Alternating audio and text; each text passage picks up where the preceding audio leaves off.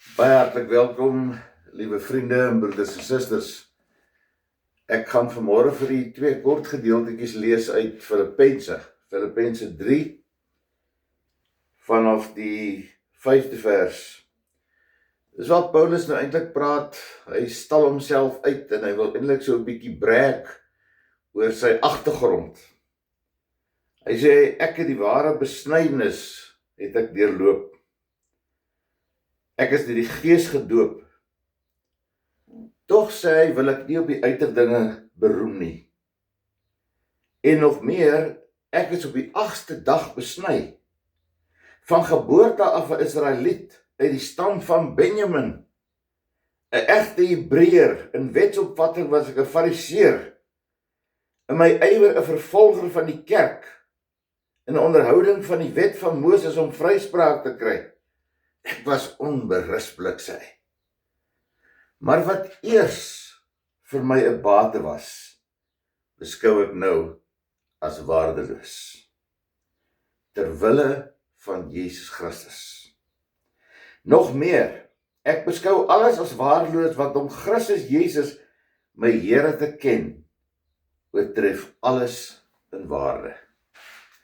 Om hom te ken oortref alles in waarde.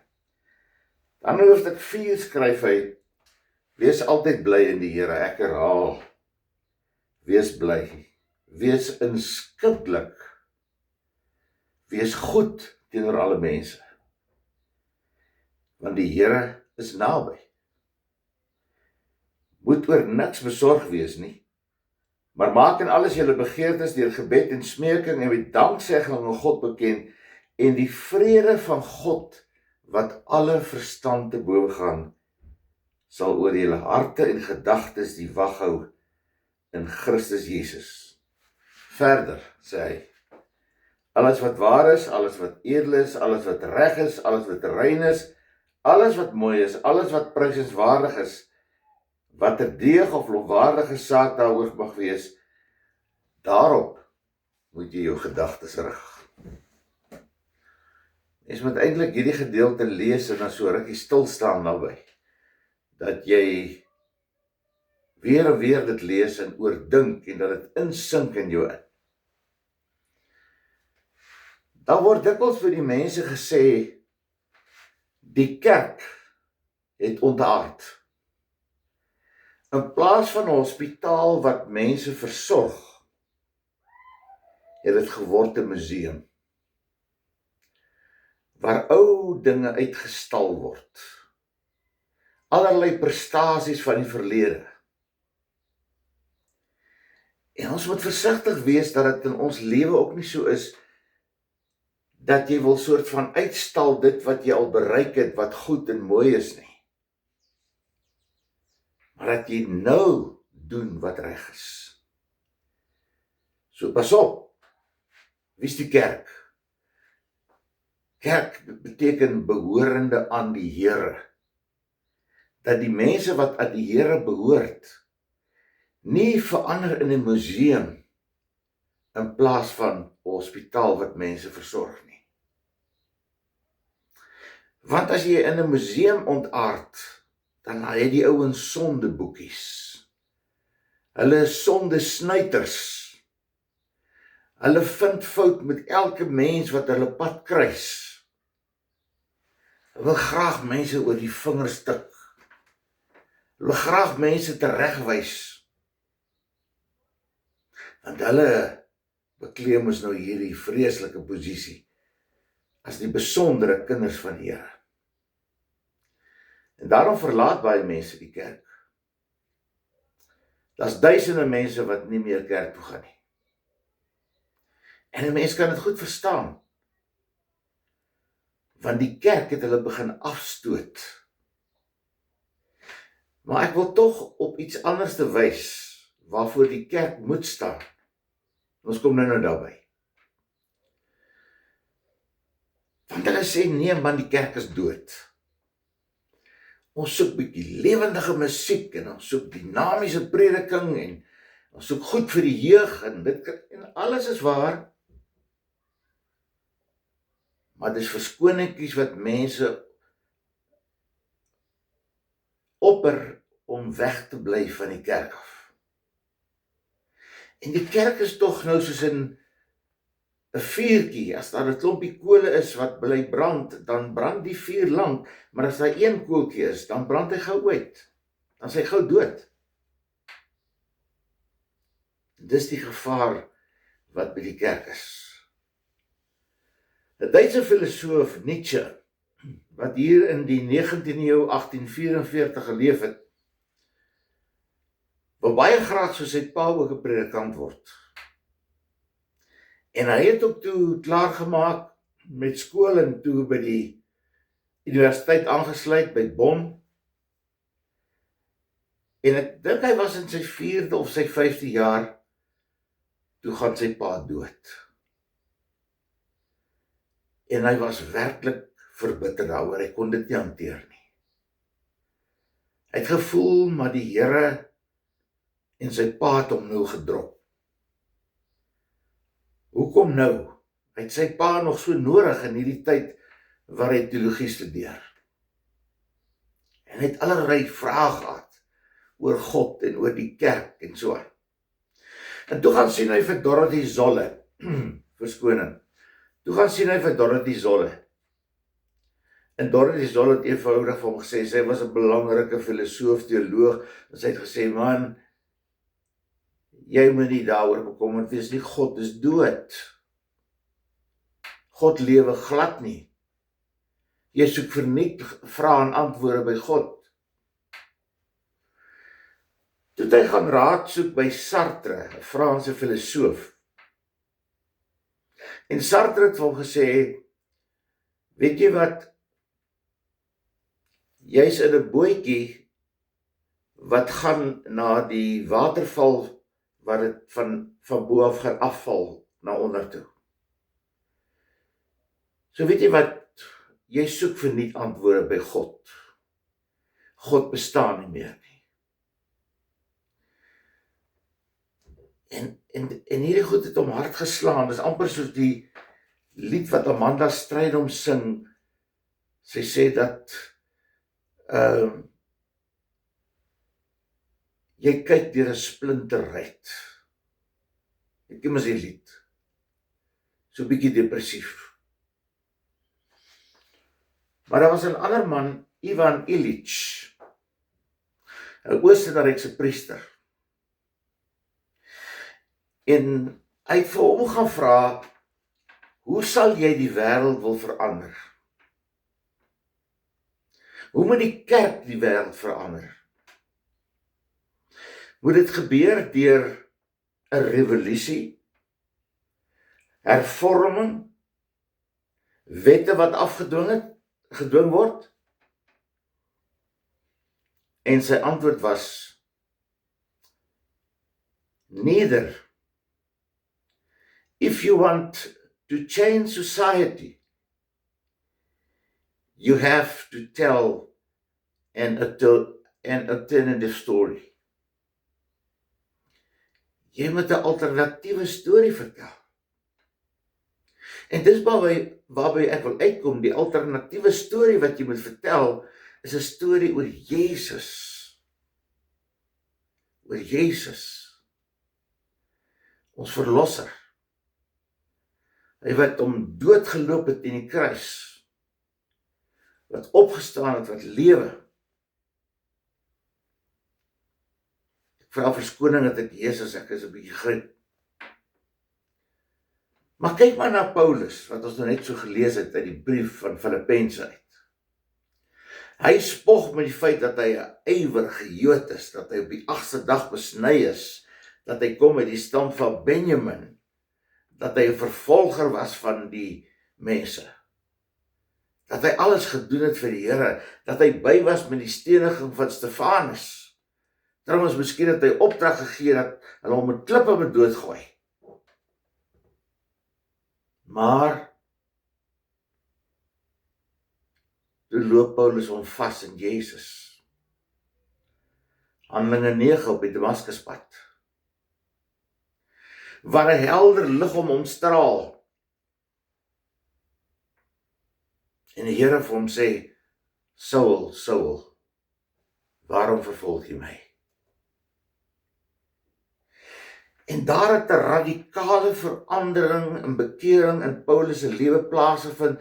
Hy was wel blind daarna en hy's terug Jerusalem toe, en van daar af is hy na die eiland Sicilië toe, waar hy 3 jaar die Bybel weer van vooraf gelees het, maar met 'n ander oog. Want hy het Jesus nou ontmoet. En dit was die verskil. Hy het nie geweet van Jesus voorheen nie. Ja, hy het die Bybel geken, maar het Jesus nie geken nie. En hier loop hy hom tromp op, vas in Jesus. En dit wat eers vir hom van waarde was en belangrik was, het skielik alles verander. Hy sê dit het totaal niks werd geword. Want Jesus het toegeword alles in sy lewe. Toe skryf hy, in die tweede gedeelte, wees altyd bly. Ek herhaal, wees bly in die Here. Nou, ons weet hoe dat blydskap kan verander. Nee, ons kan skreeu vir die Springbokke, maar as hulle slag verloor het in die All Blacks, dan is die afrigter en die afrigtingsspan en die span self in die gemors en in die moeilikheid, en dan word hulle afgekraak en afgebreek, dan blydskap skielik verander in skerp kritiek.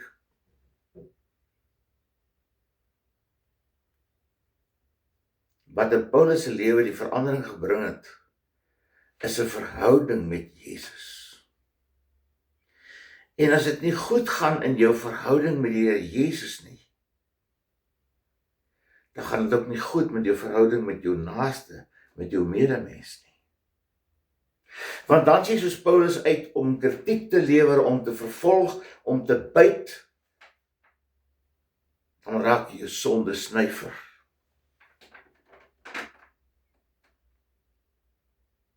Om hom te volg, om Jesus te volg, hang nie af van die nuus wat ek vanaand hoor oor die TV nie.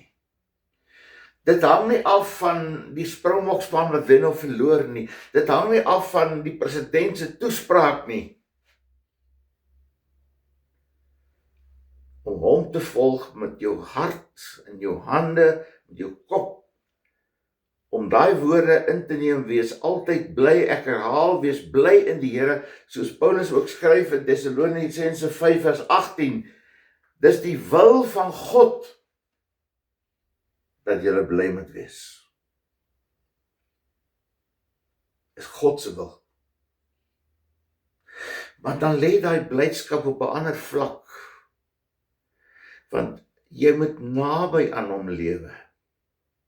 Jy moet lewe in 'n bewustheid van die Here se teenwoordigheid in alle opsigte van jou lewe. Jy dink nie verskoningkies uit nie. Jy sit dit eenkant.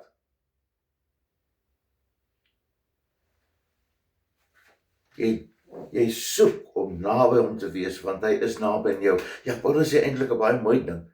Hy sê die Here is so naby aan my soos my elmboog en my lyf. Hy's net in 'n ander dimensie. Ek kan hom net nie mooi sien nie. Maar hy's naby my. Hy's teen my. Hy's by my. Met ander woorde, al is ons omstandighede sleg, soos wat Paulus later ervaar het in die tronk,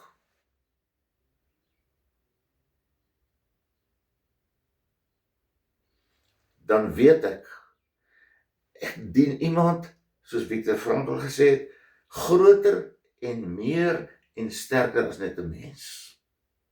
Dis Jesus. Hy's sterker as 'n mens, hy's meer as mense, hy's groter as mense. Hy is die Seun van God. As berge sou val en winde bome omwaai en storms op die see opsteek, dan is Jesus nog daar. Dit verdryf hom nie. En daarom het ons 'n keuse om die Here te dien. En as hy naby aan my is en ek naby aan hom leef, dan is ek nie ongeskik met mense nie. Ek is vredelievend, ek soek vrede, ek is vriendelik, ek is behulpsaam, ek is hulpvaardig, ensovoorts, ensovoorts. Ek wil nie mense uithaal nie, ek wil nie mense reg sien. Ons kry mos baie mense wat regtig ander mense altyd wil reg sien. En daarmee wil hulle sê, maar ek is op die regte pad, maar jy is dalk nie. Jy kry mense wat so is. En dis ook hoe mense wegloop van die kerk.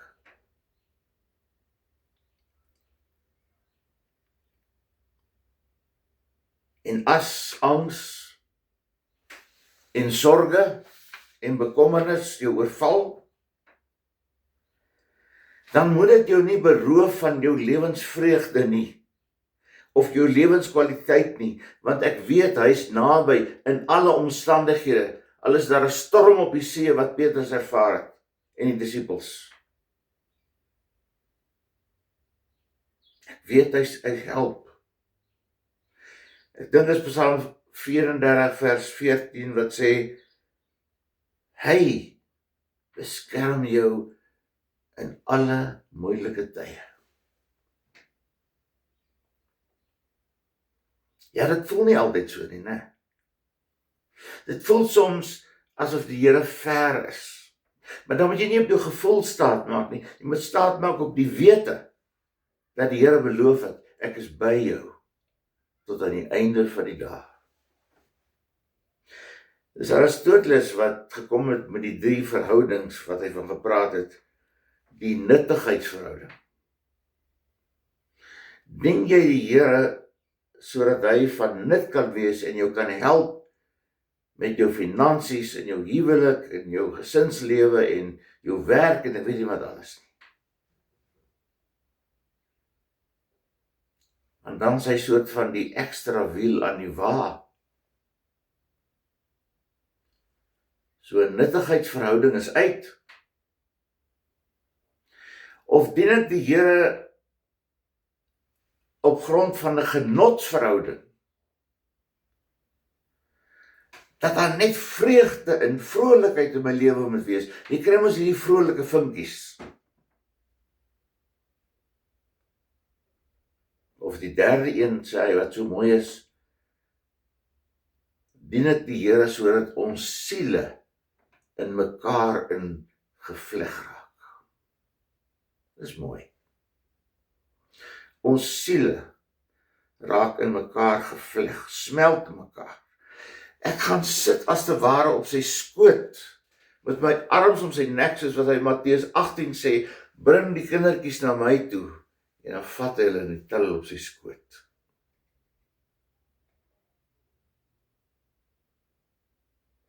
Dis die verhouding wat ons met hom moet hê. En dan gaan dit dan nie meer oor die kerk en oor of dit 'n museum is of wat ook al nie, dit gaan oor 'n persoonlike verhouding wat ek en jy het met die Here. En hoe meer ek so leef, hoe nader kom ek aan hom en hoe nader kom hy aan my. Sodat daar nader amper nie die onderskeid is van ek in hom en hy in my nie. Sodat Johannes sê in Johannes 15, hy is die wingerdstrook en ek is die loot en ek is ingeplant in hom.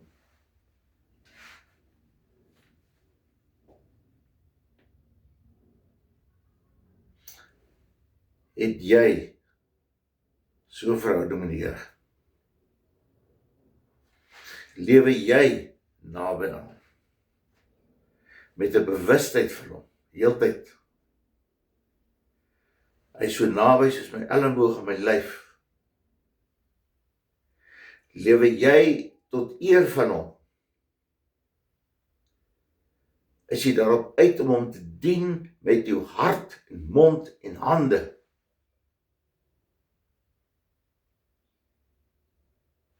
Ek vra net, ons bid saam. Here, dankie dat U aarde toe gekom het om naby ons te wees, om saam met ons te leef, om een met ons te word. en dat U die oorbrugging bewerkstellig het, toe U gesterf het aan die kruis om by die Vader te kom en vir ons plek voor te berei. Maar dat U nog steeds teenwoordig is, Here, en maak ons intens bewus van U teenwoordigheid, van U liefde en U trou. Ons bid dit in Jesus naam. Amen. Ontvang met bidende harte die seën van die Here. Mag die genade van ons Here Jesus Christus, sy liefde, sy troue liefde, sy nabyheid met jou, met my wees. Amen. Verskoning vir my heesheid, mag het 'n mooi dag en 'n mooi week vir die wees. Totsiens.